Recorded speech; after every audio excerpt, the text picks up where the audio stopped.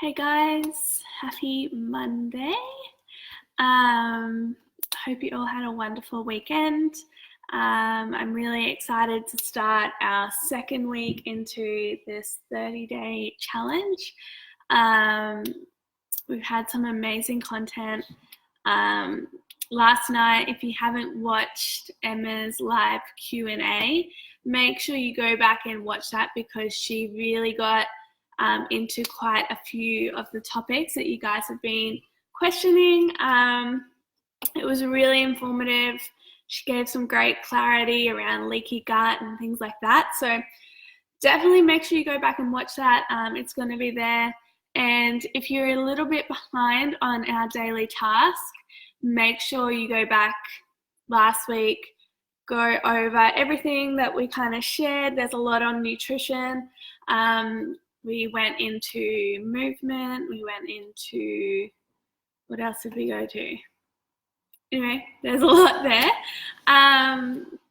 This week we have some new content, new topics. I also just want to remind you guys that if your question didn't, or the topic that you kind of wanted to know more about, if that didn't get answered last night, Emma is back again for her Q&A next Sunday, same time. So I'm going to put a little post at the top of our group. I'll pin it there.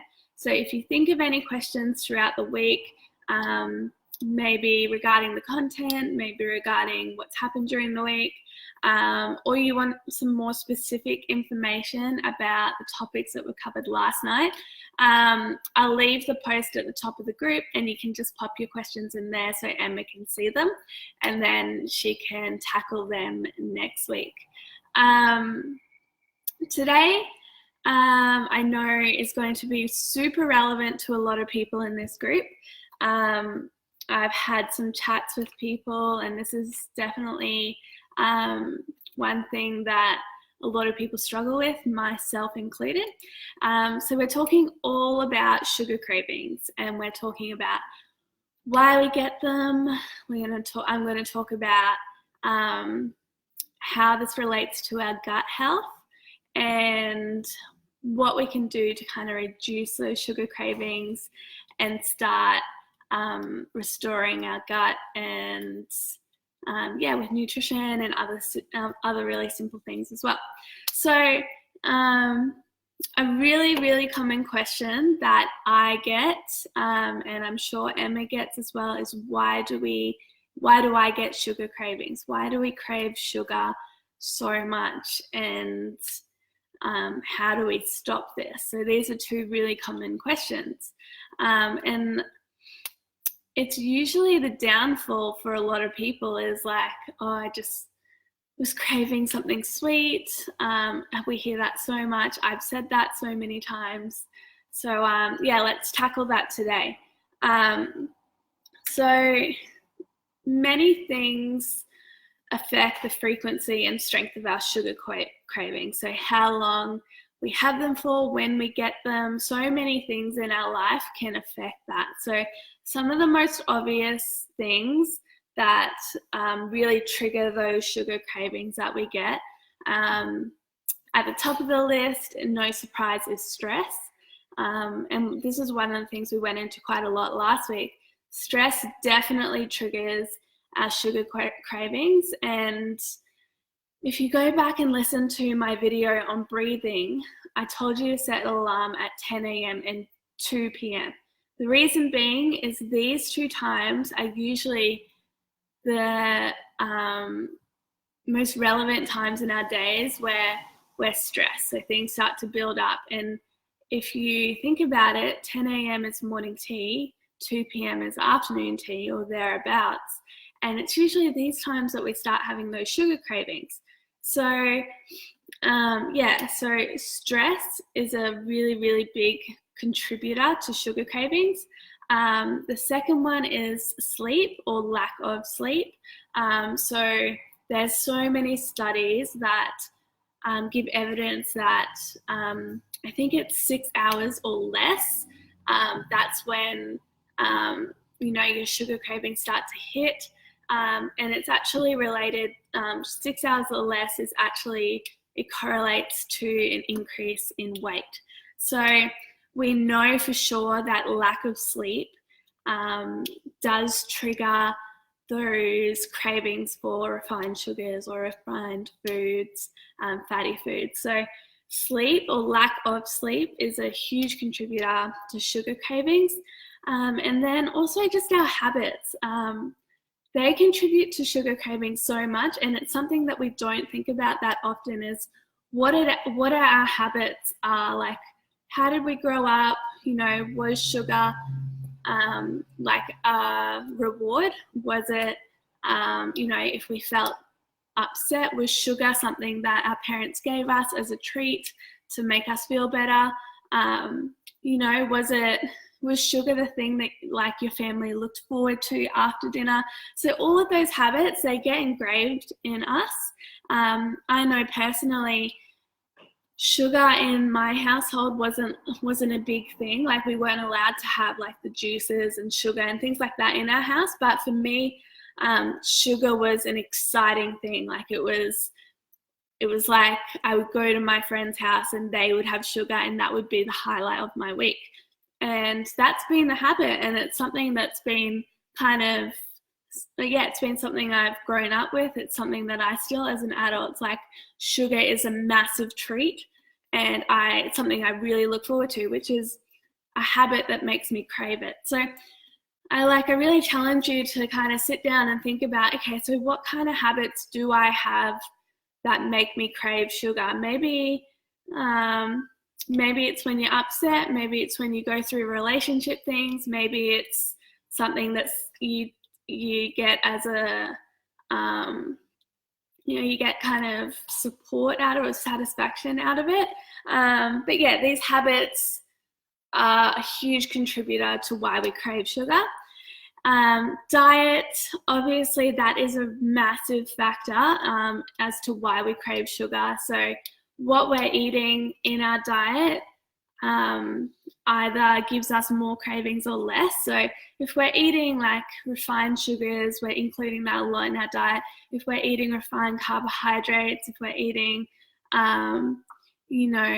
processed foods with artificial flavors and all of this high fatty quick packet foods, that's going to make you crave sugar more, because they do specific things in your body that really cause those cravings to be heightened.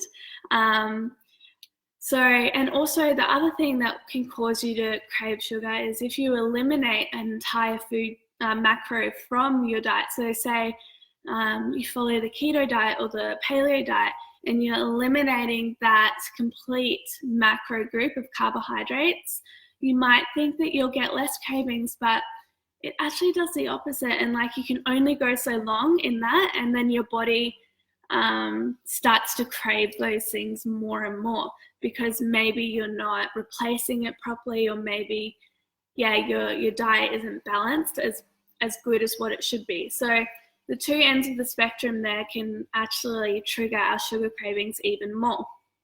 And the last one, which isn't so obvious at the moment, but that's our gut bacteria.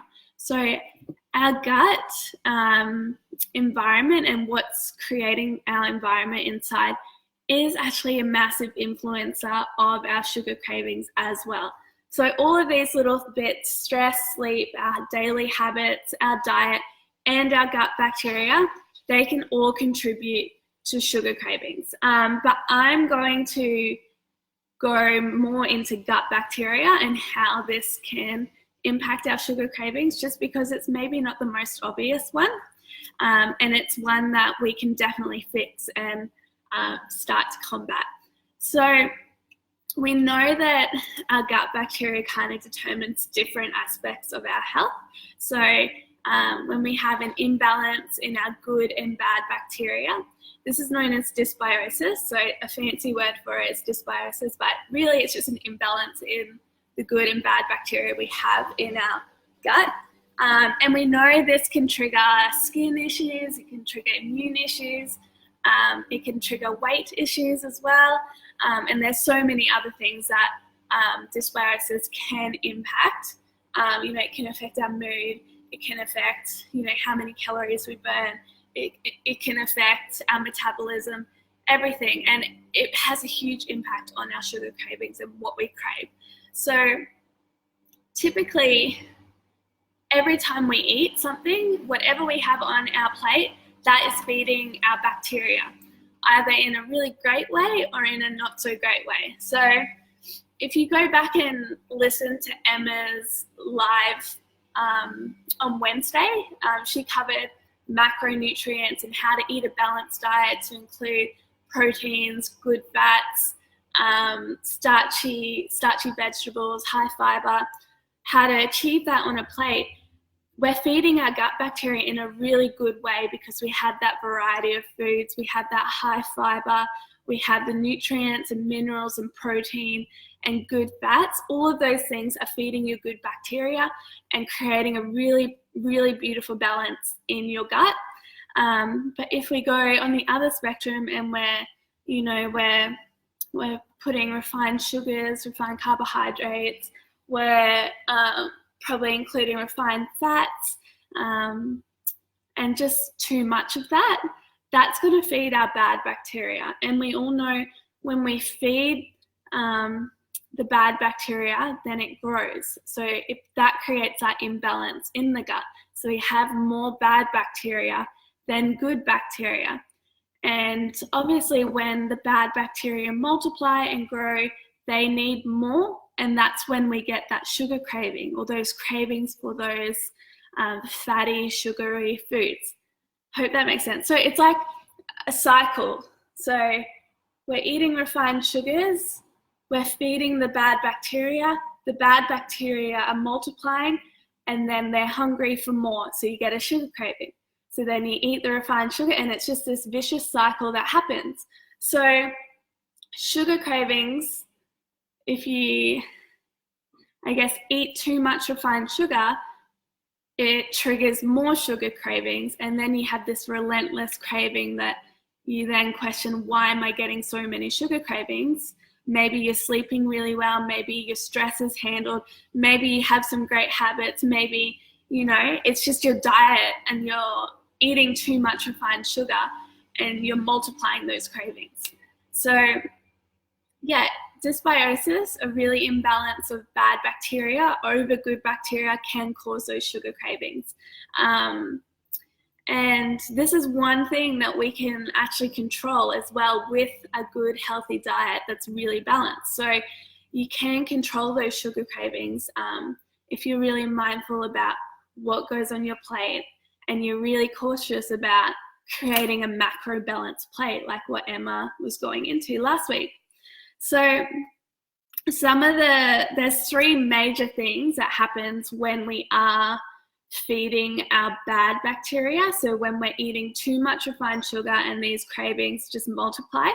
So it actually changes our taste receptors to crave more sweet things. So when our taste receptors change, obviously you're going to crave more of that sweet food. The second thing is it affects our appetite hormones. So you should know that, like, when you're eating refined sugars and things like that, you never actually feel 100% satisfied. You could always go back to eat more. And that's actually something that sugar does through our bad bacteria, which then affects our appetite hormones. So once you start feeding those bad bacteria, they trigger that your hormones to actually change and tell you, okay, I'm still hungry, I want more sugar, I'm loving this, feed my bad bacteria, I'm going to grow. The third thing is it stimulates the vagus nerve, which is a huge nerve in our body that can cause overeating. So again, it kind of relates to those appetite hormones where you're not full, you're not satisfied, and you keep eating those refined sugars. So those three things just kind of fit into that circle of what happens when we start having too much refined sugar or we get those cravings so often. So they're my things. So stress, sleep, habits, our diet, which then impacts our gut bacteria and the imbalance that can be created. So if you have any questions on these things, then please comment below. I might come back on this afternoon and try and answer some of them, or I'll pass them on to Emma to answer some of them. But yeah, definitely comment below if you're a little bit confused, you want to know more. Emma and I are here to bring some more clarity around this. But I have some tips to help curb these sugar cravings, and I probably have already mentioned them, or you might even have a really great idea of what to do now that I've mentioned the things that are affecting those sugar cravings. So the first one, obviously, let's look at our diet. We really need to be mindful about what we're eating, and it needs to be balanced. You can't get rid of an entire macronutrient and expect to not have some kind of craving. So we really need to make sure that on our plate we're getting some really good protein source, we're getting some good quality fats, omega-3 rich fats on our plate, we're getting those low starchy veggies that Emma was talking about, and we're also getting those high starchy veggies a little bit. We do need a little bit. We don't need a lot, so think about like your sweet potatoes and those beautiful grains such as buckwheat and things like that. Putting a little bit of that on your plate is going to do wonders, not only for your good bacteria because of the resistant starch and the fiber in them, but it'll help curb those sugar cravings and will leave you more satisfied. So that little bit of starchy carbs with protein and fats is going to leave you really satisfied. You're getting every macronutrient you need, and you're feeding your good bacteria, which is going to trigger those feelings of fullness and satiety. So we really need to be mindful that you're getting a really balanced plate. I can't say that enough, okay? And I know something that kind of tends to pop up a little bit. I think it's becoming better and better, but there's this little fear around fats on your plate, that fats make you fat. And so we tend to try and avoid them as much as possible. And this used to be a really big thing, but I think as we're learning and as we're becoming more aware, we're starting to realize that no, actually really good fats on your plate are going to keep you fuller for longer, and they're really beautiful for hormone health, to create a really good balance in your gut. So many different things. Just love those omega-3 rich fats. So making sure your fats are on the plate and they give you a really good sense of fullness and satiety with the protein and the starchy vegetables as well. So I really recommend making, especially like if there's one meal that to focus on to make sure it's balanced, is your lunch meal. Because if you have all of these things on the plate, you won't get to that 2 o'clock afternoon slump where you're like, oh, I need sugar. If you can balance out your lunch meal, you'll find that these sugars, cravings become less and less. The second thing to help curb some of these sugar cravings is slow down. So this kind of comes back to that whole breathing video I did. I think it was on the first day, but slow down, because when we're working off adrenaline, when we've got high cortisol flowing through our body the whole day, and this is from pressure, this is from a sense of urgency, this is from that stress release, or stress response, sorry. This makes your body work off glucose. So you burn glucose first when you're in that heightened adrenaline, heightened cortisol phase. And unfortunately, a lot of us are walking around in that all day long. So you're burning this glucose, and it just heightens those sugar cravings. You need that kind of energy to come back into your body, and we always crave sugar. I know personally, when I first go back a year, when I was doing videos just like this, I would get a little bit stressed and anxious, and I would have adrenaline pumping through me. And as soon as I turned the video off, I craved sugar like nothing. And I think Nathan can testify to this, and I would just go and be like, I'm so hungry and I need something to kind of get me through that adrenaline. And it's just so obvious. It's so obvious. So like when you're in that heightened adrenaline and cortisol as a stress response all day long, you're going to crave sugar from it. So the best thing you can do to kind of combat this is to slow down.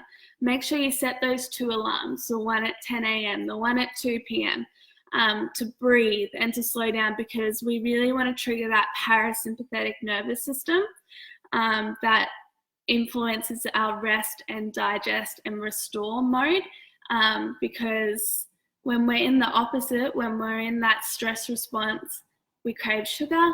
When we're resting and digesting, we generally feel really full and complete and calm. So try to slow down during the day. Set your alarms, focus on your breathing. It's so powerful, not only for your digestion, but also for those sugar cravings as well. And then my third tip, sorry, I'm kind of going quite long here. I'm hoping this is helping you guys, but my third tip is figure out that emotional connection to sugar. Figure out what are those habits that you keep returning to, because usually we use sugar in place of like an emotional need that isn't being met. So, this could be love, this could be affirmation, this could be even being around people and that social connection. When we don't have that, sometimes we tend to, as even females, we tend to meet those emotional needs with sugar. And this can be a habit, or it can just happen, but sometimes we need something sweet to feel satisfied. And now that I think about it, it typically is a habit that maybe you've grown up with, or maybe, there was a time in your life that you really relied on sugar and it's still kind of in the background there. So identify like what these emotional needs are. And then I really encourage you to find other activities that are not food related that give you that same feeling of joy and sweetness. So this could be spending time with your kids, or for me, it's being outside with my dog, like that feeling of joy and that feeling of happiness that isn't food related. You're finding you replace that emotional need with something else. So yeah, really try to find some kind of activity that is replacing that emotional need of joy and sweetness and happiness that maybe previously you would use sugar to satisfy. So yeah, my three things around diet, macro balanced meal, slowing down and breathing, and replacing that emotional need that sugar fills with something that isn't food related and something that'll give you those same feelings of joy. All right, I'll leave it there. I'll do a little post to kind of summarize everything I've said in this video, but let me know if you have any questions at all, and I'm happy to answer them.